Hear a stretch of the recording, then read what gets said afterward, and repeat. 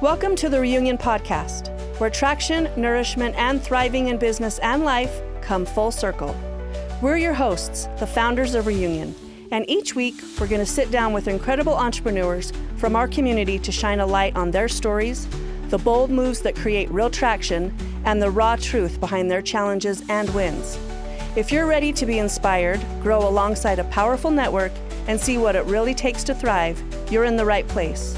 If you'd love to be a guest on the show, head to thrivewithreunion.com to join the movement.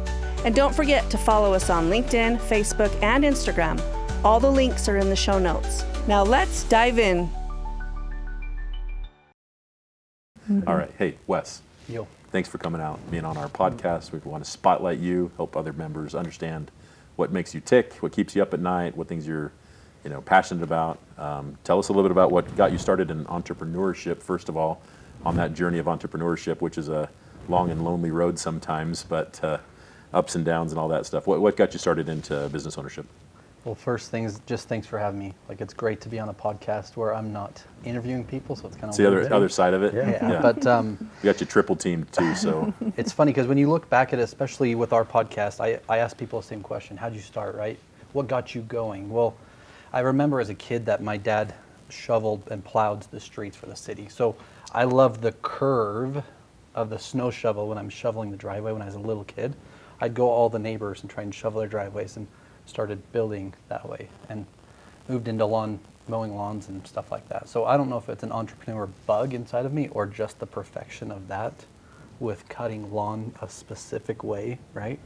There's certain things that just give you, like seeing a baseball field when it's just cut. Oh, so pretty. Oh my gosh. I feel that. Oh my gosh, there's something about it.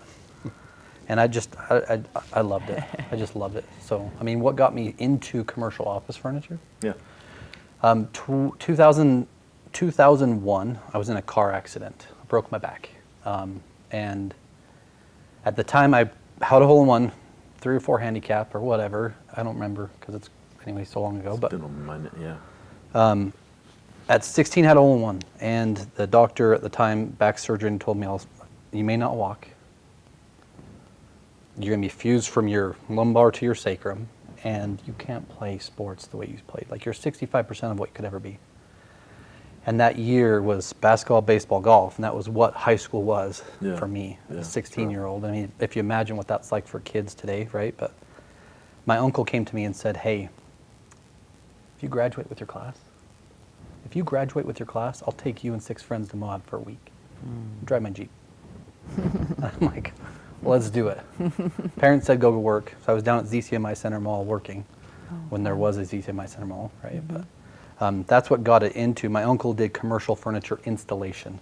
He owned a company since 1987. So he is the reason that I spotlighted into this thing, and it's just grown from there.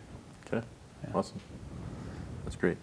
So commercial furniture was kind of in the family. Multiple. Something that you really are energized by. Jobs don't last for 20-something years if you don't love it, typically, unless you're just a grinder and you just said, oh, this is what I chose and I'm going to do it anyway. Some people do that in marriage, some people do that in work, some people do that in church, whatever it is. They just figured out that this is my decision, I'm sticking with it forever. But it's been good to you, ups and downs, of course, through the recessions and good times and bad times. But what keeps you going? There's a number of things. First, I want to go back, that year, graduated 03. I'm 40 this year. I'll be 41 at the end of the year. But in this process of working in commercial furniture, we go up to Boise. And on a napkin, I saw this beautiful hostess, who's my goddess now, my wife. But I left my name and number because I was doing this type of work in Boise, Idaho. At Goodwood Barbecue across the street from Blue Cross of Idaho, the insurance company up there. And that helped bring me, because I would want to go up there every weekend or every other weekend, so there would be jobs, and I'd just I'd leave at 5 and go work all weekend, but spend the nights with her. Okay. And in doing so, it helped because I not just broke my back, but I understood how to sit for me, and we would deliver trailers of semis, of chairs.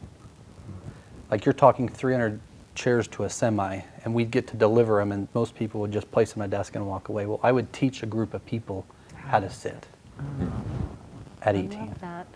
And to me, ergonomics matter. Like how you sit position-wise just matters. So that's what's kept me going. Like if you go jump in my truck right now, everyone laughs, but my seat's literally 90 degrees Straight and everyone's up. like, how do you do that? Yeah. Well, that's how I have to sit because my back's fused. But Sure. ergonomics matters, space planning matters, and then there's things like this stage back here. If it's a blank canvas, what's really, really cool for us today is that our team gets to visualize, conceptualize problems that customers have, bring it to life in the way of a blank canvas, and we get to paint what their solution is. And in a matter of 4, 3, 10, whatever the number of hours is, because the delivery and install is usually a lot less time than it takes to get the whole job done. In 4 hours, you can turn the space from nothing into that solution. And that gratifying cleaning, customer walking in and being like, wow, this is what it's like. That's exactly what they wanted. Yeah. So that there's rewards in that. Ergonomics, space planning, interior design, all of that stuff's part of it. But the And when you rewards. throw, the benefit of that is full productivity.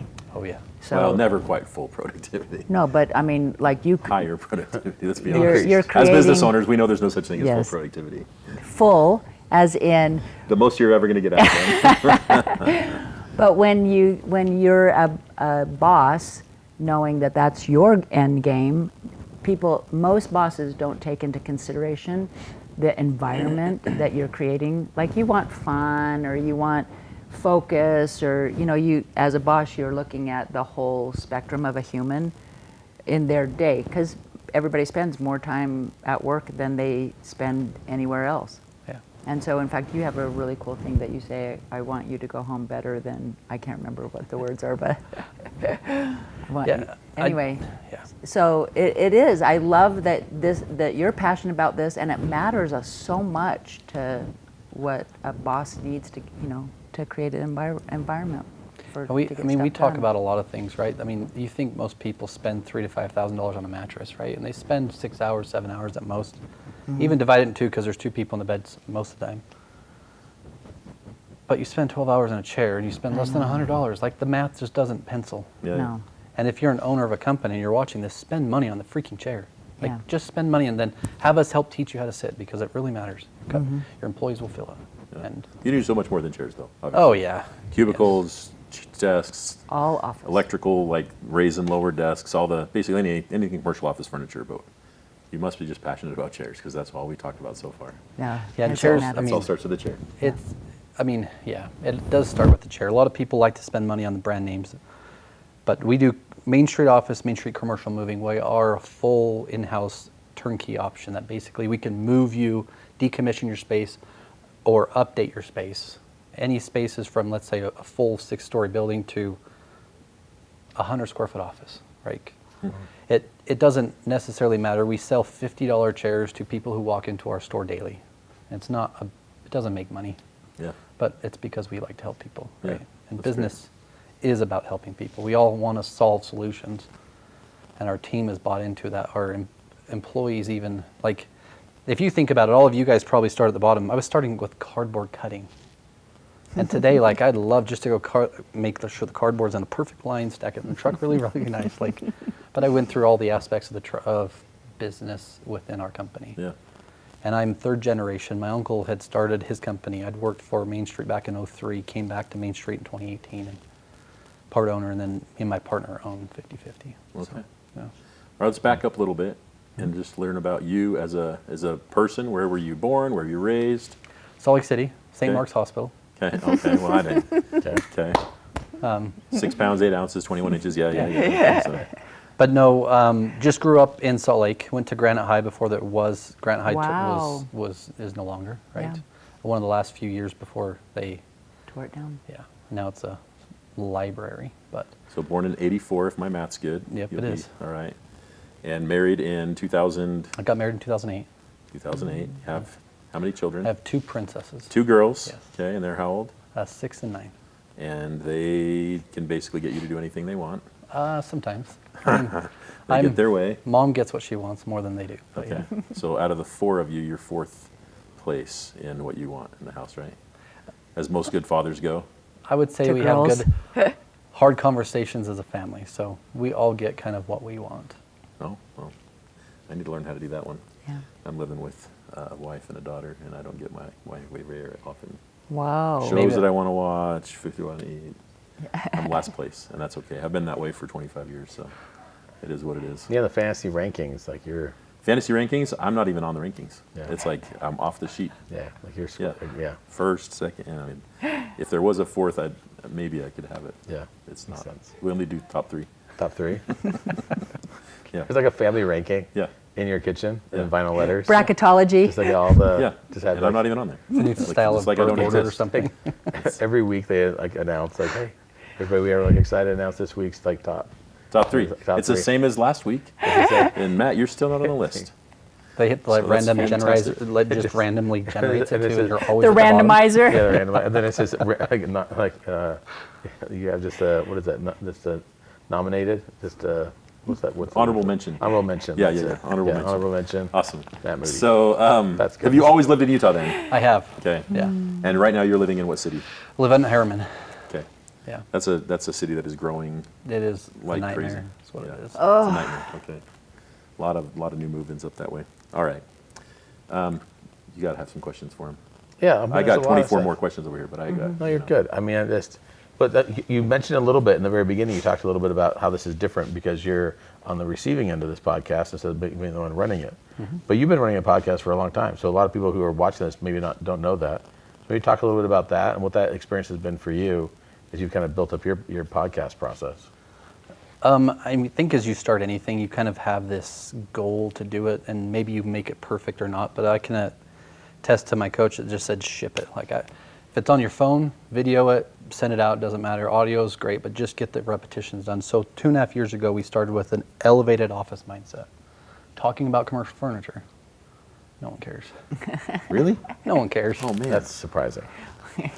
Surprising. surprised it's not a top. On my randomizer, it was like coming up. Because there's 2 things on there. How many people can you get to follow you on TikTok for commercial office furniture? But we were in a room and with some other leaders of businesses, and I started talking about the passion of how lonely it can be for being an owner, let alone a leader, and sometimes not being able to talk to your spouse about business or life, and even going through the death of my father and my wife putting her foot down on what is going to happen. Like, you need to talk or this is going to happen, right? So those things kind of come up, and my mind is curious. Like, I love talking to people and I love going through questions, but how people tick, how they work, why they do what they do, the passion inside, you can't suppress it for too long, and if you do, then it just goes away. I believe God will take the gift away.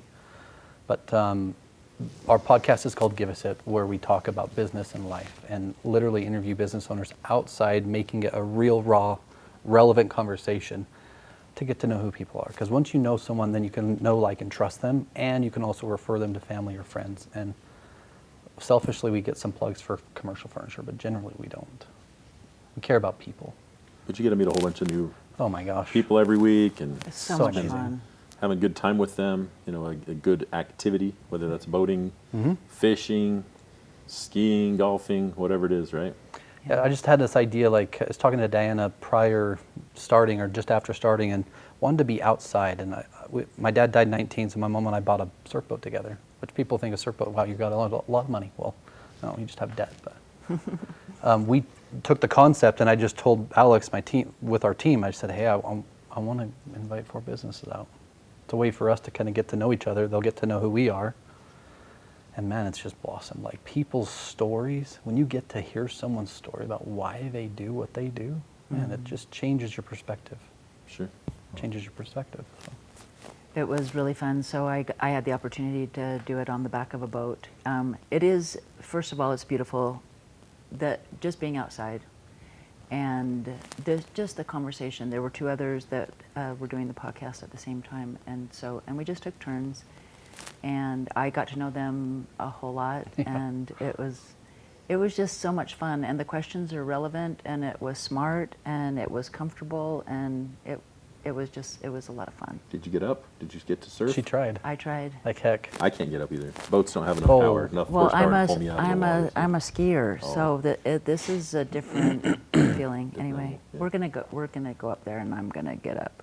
I've got to. But the interactions between people out there too, like the connections between their family, their kids, or their businesses, or Diana made a connection that this guy was dating her father. I don't remember exactly how it all worked, but it was something. I dated one of the guys' dad. What? And then, Like recently, before that happened? Just like a week before? no, Many like moons this ago. was many Okay. moons ago. And the other one, 40 plus, just to the be other clear. one was he was married to my fire chief's daughter. So, I mean, it was just so cute Yeah. that here we were connections, yeah. all connected. Wes is actually extremely well connected. I So believe that. he has a circle of influence that loves and adores him, but it's big. So there are a lot of people that I've just met recently. I'm like, yeah, I know Wes. Well, I know Wes. So it's kind of Not cool. like you guys, but thank No, you. It's big. Great. He's kind of a big deal, and here we are sitting with him. Here we are. I know.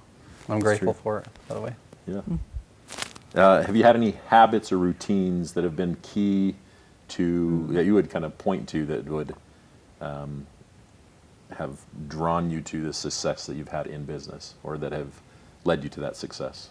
You know, I think that there's a lot of things in life and business between the group of people you grow up with, so your 5 closest family or friends, like some of your traits align with that, right? But if you build in what I call a daily focus or your conscious self-creation version of that, it's 701 days today straight. But, you know, there's things about building your own internal self that help you through everything. The person you talk the most to is yourself.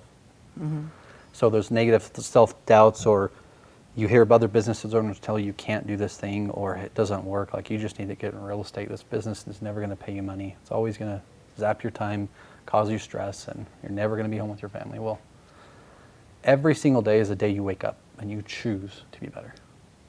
And if you choose to be better that day and absolutely make your mind focus on intentionality of who you are, your grateful list, your prayer list, and your to-do list, your life can change.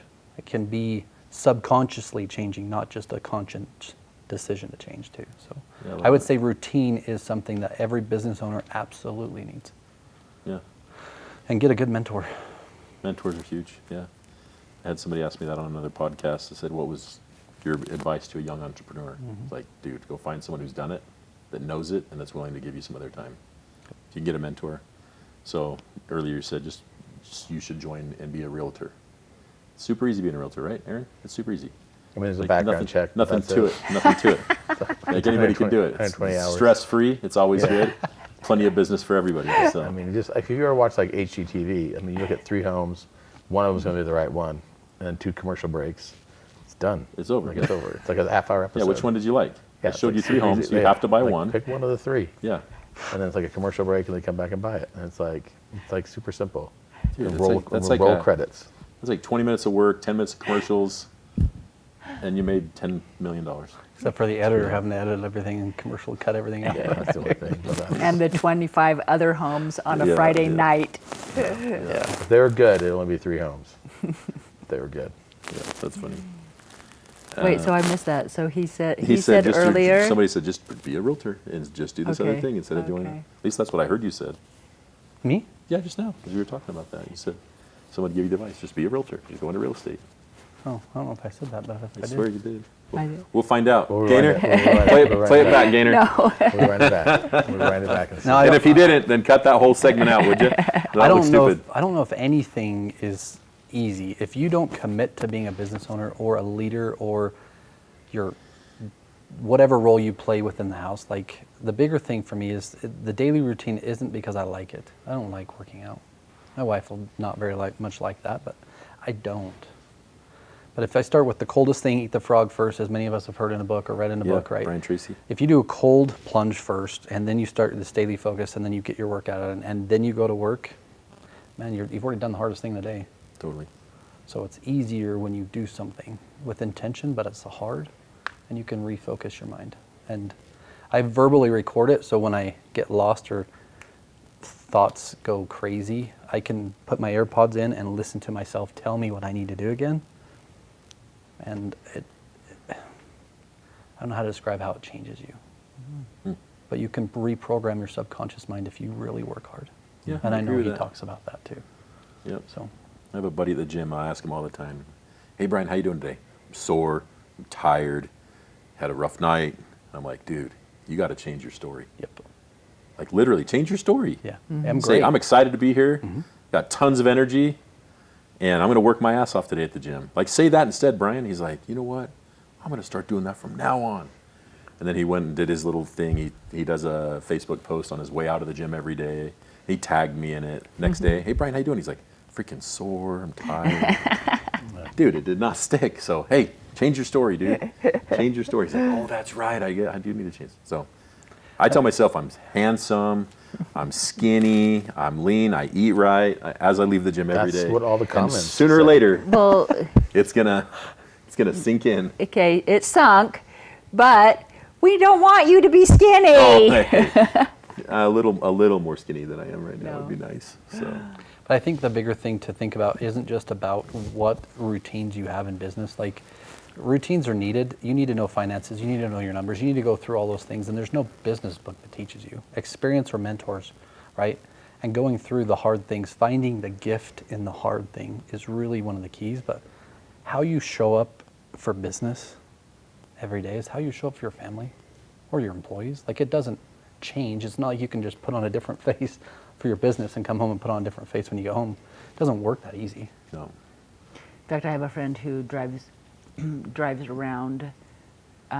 So from leaving work before he goes into his home, he drives around until he gets into a state of mind where he can now be present with his family.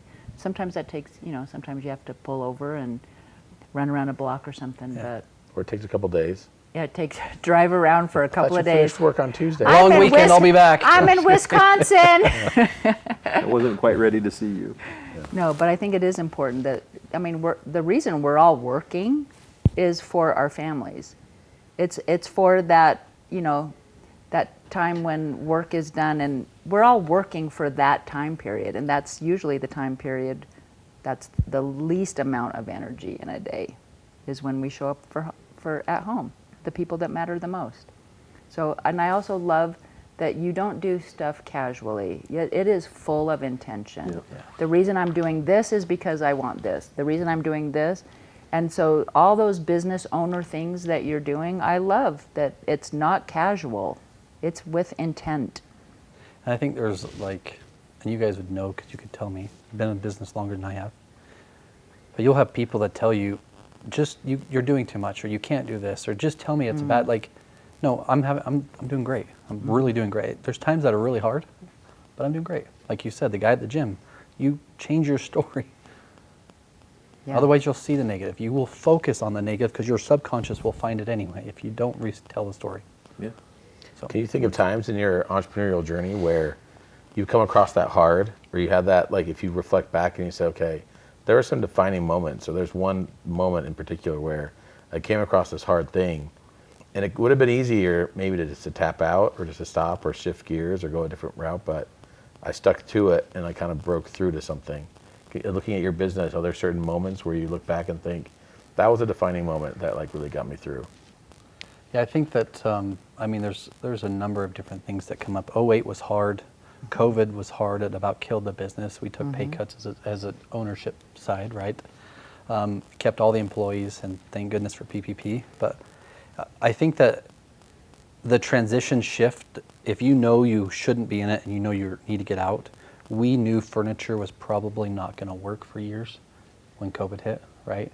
But so we pivoted and also leveraged the relationship side of business within commercial space by the moving companies. People were getting out of spaces, leases were turning over, or lease surrenders. So, and used furniture started becoming a commodity because COVID caused containers not to come back, or having issues across getting them over the ports and across the sea. Wow. So some of those things we transitioned without really knowing at the time. Commercial moving is a big deal, and they do charge a decent amount of money, but sustainability and that side helped push us and put stuff in the warehouse, which organization didn't work great and still doesn't. But I think that's one of the pivotal things that we did was we shifted our mindset from just selling furniture to kind of really focus on the commercial aspect of moving and gaining a sustainability side with used furniture and how to resell it, how to market it. And gain value, because if people don't plan correctly, their offices need to be done, and yet they need the furniture in 2 weeks from now. Like new furniture during COVID was 10, 12 weeks. Interesting. So that shift helped us by far. Used office furniture is one thing that we do love, and we're the biggest in the state. Oh, that's cool. Oh, I love that. That's great. All right, People- biggest thing you've learned in the last year? I know nothing. That's a good thing to know. Always be learning. I think that the podcast has helped. Rooms like this, you guys have helped, and then just putting yourself out there. I think every business owner should market who they are and their business on their own page. I believe that people need to see who you are. I think connection has been lost since COVID. The commercial office space specifically, everyone went home so freaking fast, and yet acoustics, just like we're up here, the noise was cut down because you were in your house, and now everyone's starting to come back. Some people aren't, but some people are coming back, and the noise is too loud. So the acoustic side, there's a lot of different things, but I mean, there's so many things about office furniture that we love, that we like to talk and educate people about. Education's really the key too. So That's cool. sorry. Okay, and what's next? You're very good at forecasting and pivoting, so what's next? You know, the age of AI is here. It's been here for a while, right? And I was talking to Gaynor earlier about it, but you know, the younger generation this year born, if they're called beta or whatever, they're going to, in 15 years, their brains are going to only be occupying 16% of what they could do, because AI will have replaced it, right? It's actually going to be a detriment to their thought process. Some people don't think so, but think of what that's going to do on the connection side, right? So building connection space with greenery outdoors, bringing it inside acoustic space, and actually building connection space. We're working with a company up in Cottonwood Center right now that they're literally getting rid of almost all their workstations and just creating a connection space. Wow. Where when they have the team meetings from all around the world that fly in, connection space is the big thing. Acoustics are next, and making people feel like you actually care by ergonomics too is something I think is you should marry people. I don't say marry, but your person to the chair, and the person to the desk, and the desk to your monitors. Like if you don't do it in that order, then no one knows how to sit correct. So, Wow. sorry. Does that help? That is I just feel bad good. for all the people watching this that are questioning how they're sitting right now watching it, because nobody's like standing watching this. There's videos on YouTube we've done, like just try it. But the truth is, back to what Matt said, most people don't change. Just go back to their own. The pain is what's going to change people. And Diana can talk about that with health. Like Yeah. pain, there's cultures of people, and the culture of who you're around. Like she talked about a culture of I'm going to say a store, but I'm not going to name the name. But the culture of people, if they don't sit correct, they're generally not. But then it's going to change generationally. Like their kids aren't going to sit correct. If they get in an office job, it's awful. Yeah. There's one worse thing in this world, smoking, but sitting is just as bad if you don't actually sit correct. If your lungs are hunched over and you can't breathe, you can't expand like Diana. Anyway, Yeah. there's more than sitting, there's more than chairs, but That's it starts with one just thing. the oxygen flow, being able to expand and breathe in, but also this, the, Shoulders, yeah, your look neck. at Aaron. No, but like like Send an hairdressers, for example. My wife is a hairdresser. Yeah, like the pain of that, and that in that position all day long. Yeah. Well, that's exactly what we're doing. And now we got the whole head tilt Oh, with yeah. the phone lump that's like literally altering people's, what is it, a 14-year-old right now? Their back is literally growing in a curvature. It's a different kind of scoliosis. I don't know if you've heard of a lady named Angela Martindale. Yeah, I have. She was at a meeting last week that I was at on a Thursday night, but she's also in a group that I think we were all a part of. And I got to talk to her. When we were talking in this meeting, she had that device that around her neck that would hold her phone up here, Yeah, so her neck wasn't down. yeah. Makes it hard to talk to her though, right? When the phone's right Oh, here. of course it does, right? But I mean, think about what that does than just your neck. Yeah. So, All right. We like to ask good entrepreneurs what advice they would have for somebody just starting out in entrepreneurship and in business ownership. What advice would you give them? We talked about getting a mentor. Like other advices that would I had to learn this on my own. Like no one taught me this, but embrace the grind. It's going to be hard, but do something you're passionate about. Whatever. What kind of advice would you give somebody that come to you and said, "Hey, you're my mentor. What would you help me do?" I believe that you have to pay for advice, otherwise you won't actually take it. It's going to take the hard, it's going to take the grind. No, it's going to take time. If you're starting out in business, no, you won't do it perfect. Yeah. It doesn't have to be. But don't stop and realize it's going to take years, if not a decade or more. Think of the 10,000 hour rule. I was just going to ask.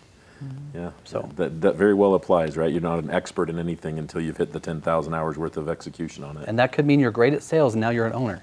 That doesn't mean you're an owner of 10,000 hours. Like you have to become that thing. Yeah. I'm still working towards that too. So, Yeah. and I mean, it's going to be hard. People are going to be the hardest. Processes, for sure. Mentor, for sure. And sometimes you just trust your gut. But if you're going to start a business today, the biggest advice I'd give is make sure your spouse is on board. That's a good piece of advice. That's good. I've sat with a lot of guys, and we've talked about this. I've sat with a lot of guys that have said, I'm gonna devote everything for Can't. 5 years, and then I'm gonna be successful. I'm like, at the sacrifice of what? Yeah. You know? What's it You all got to for? date your wife. You got to date your kids. You got to be. Yeah. Yeah. But it's easy when you start a business to be fully focused on that and only care about that. We all have seen it. We've all probably at times done it. Yeah. And I had a job where we were in a bad spot financially. 2008, 2009 was not kind to me either. I shut down a business, had a bankruptcy, the whole bit, and I went back to try to help dig us out of this hole, and had to go to work at a company. I actually liked the work. I worked hard. I wanted to be the top guy. I wanted to please the management, and I was working 70 and 80-hour weeks. Yeah. And I felt like it was my sacrifice and my sacrifice alone. Yeah. And my wife pointed out to me after doing that for a couple of years that she and the children were also experiencing the sacrifice. I had never really considered that.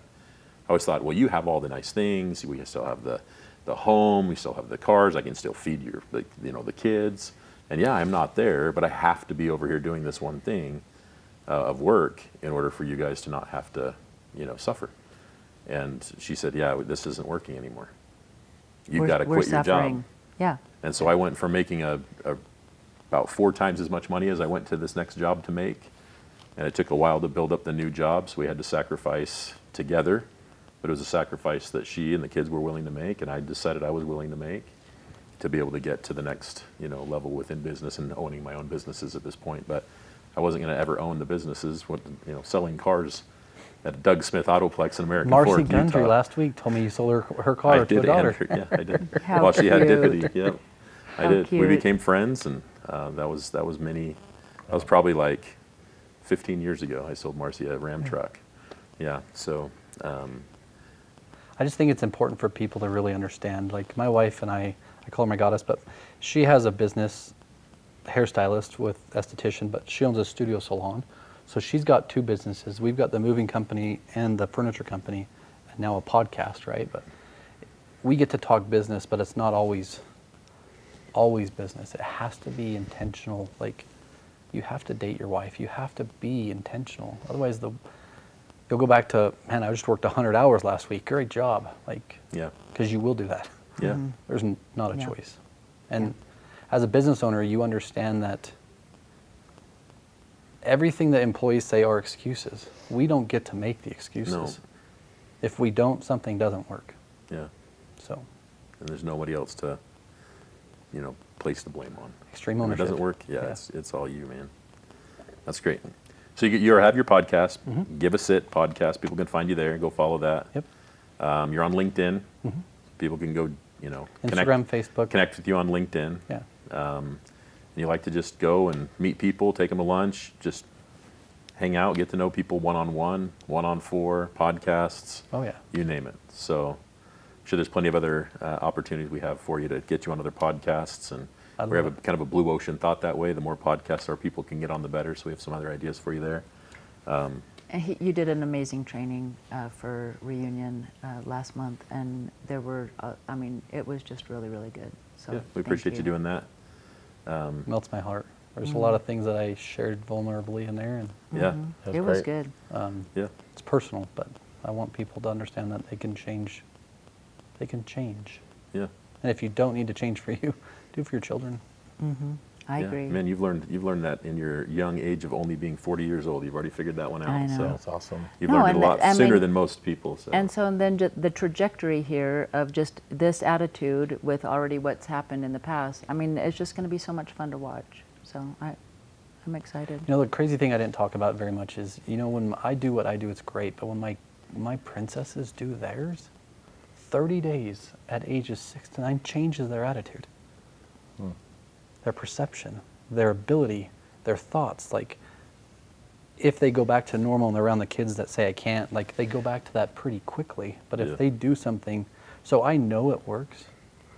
As adults, we have trained, taught, and educated by our family or our friends or other people, like, our limiting beliefs. But if you focus on this business, like, run it. Don't commit all in. And all in means every day until you're done. Every day. Yeah, I love it. Any last thoughts for the I just group? want to say I look up to you guys, so I'm grateful to be here. I think it's cool to be on the other side. It's weird for me to be on the other side, but Hopefully it was fairly comfortable. Oh, not it's this big super a great. formal Like, thing and it. Okay, now we're all going to breathe. No. deep sigh of relief. If what I would say is this: if you're going to be a part of any business group, mastermind, EO, it doesn't matter what it is. This group reunion is something that I would join. We didn't even ask you to say that. I so know. I Wow. appreciate that. But I don't mean it jokingly, and I don't mean it like I'm getting paid, because I'm not. When you find a group of people, I'm in all sorts of groups of people. When you find a group of people who care, Diana is so freaking amazing. Matt is already introduced me to so many other people, but your ethics and how you do things, even talking about the health stuff you're trying to create and do, like, Yeah. is amazing. And then this speaker comedian over here is freaking amazing. Like, it's I know. I just learn so much all the time. yeah. We I- appreciate it. Yeah. It's good having you as a member. We yeah. appreciate the nice shout out for us, for other people, and letting them know what it's meant to you to be in the group. We love having you here. We hope you're here a long, long time with us and help kind of create what we're building, and you get to be part of that. If you have people you want to invite to the group, please bring them. You did last time.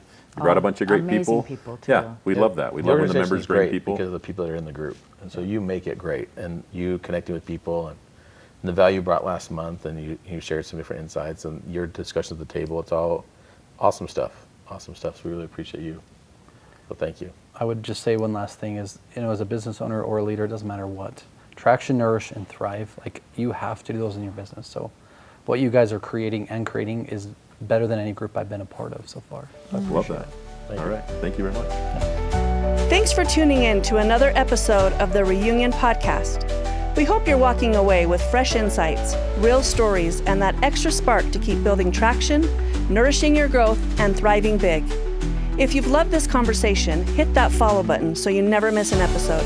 And if you'd like to join the movement, come sit at our table and be featured as a guest and share your story. Visit thrivewithreunion.com and stay connected with us on LinkedIn, Facebook, and Instagram. You'll find all the details in the show notes. Until next time, keep showing up, stay connected, and let's thrive together.